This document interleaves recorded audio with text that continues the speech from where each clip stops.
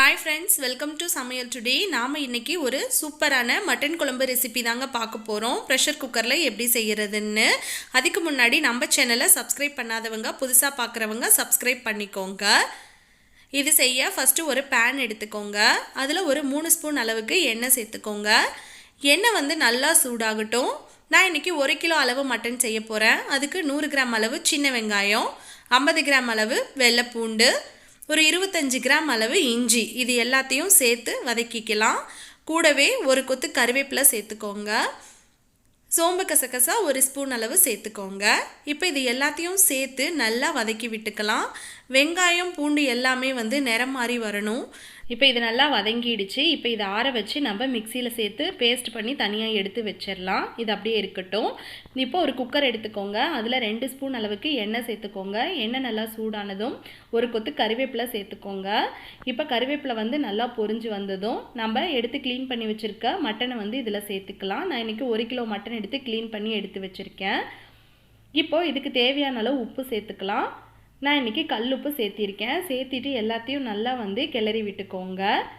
இப்போ இதை ஒரு 5 நிமிஷம் வந்து நல்லா மூடி போட்டு மூடி வச்சிடலாம். மட்டன் வந்து நல்லா தண்ணி விட்டு வரும். இப்போ பாருங்கள், மட்டன் வந்து நல்லா தண்ணி விட்டு வந்திருக்கு. இப்போ இது கூட கொஞ்சமாக மஞ்சள்தூள் சேர்த்துக்கலாம். சேர்த்திட்டு நம்ம நல்லா கிளறி விட்டு மூடி போட்டு மூடி வச்சிடலாம். இப்படி செய்யும்போது நமக்கு மட்டனில் இருக்க தண்ணி எல்லாமே நல்லா வற்றி போய் எண்ணெயிலேயே வந்து மட்டன் நல்லா வெந்து வரும். இப்போ பாருங்கள், 5 நிமிஷம் ஆயிடுச்சு. தண்ணி எல்லாம் வற்றிடுச்சு. இப்போது 2 ஸ்பூன் அளவுக்கு குழம்பு மிளகாய்த்தூள் சேர்க்குறேன். இது வீட்டில் அரைச்ச குழம்பு மிளகாய்த்தூள். நீங்கள் தனித்தனியாக சேர்க்குற மாதிரி இருந்ததுன்னா 1.5 ஸ்பூன் அளவுக்கு மிளகாய்த்தூள், 2 ஸ்பூன் அளவுக்கு மல்லித்தூள், 1 ஸ்பூன் அளவுக்கு கரம் மசாலா சேர்த்துக்கோங்க. சேர்த்திட்டு இது எல்லாத்தையும் நல்லா வந்து மிக்ஸ் பண்ணி விட்டுக்கோங்க. மசாலா வந்து நல்லா கறியில் இறங்கணும். இப்போது இதுக்கு தேவையான அளவு தண்ணி சேர்த்துக்கலாம். தண்ணி சேர்த்து இப்போ நம்ம ப்ரெஷர் குக்கரில் வந்து 3 விசில் மட்டும் மீடியம் ஃப்ளேமில் வச்சு விட்டு எடுத்துக்கலாம். கறி வந்து நல்லா வெந்து வந்துடும். இப்போ மூடி போட்டு மூடி வச்சிடலாம்.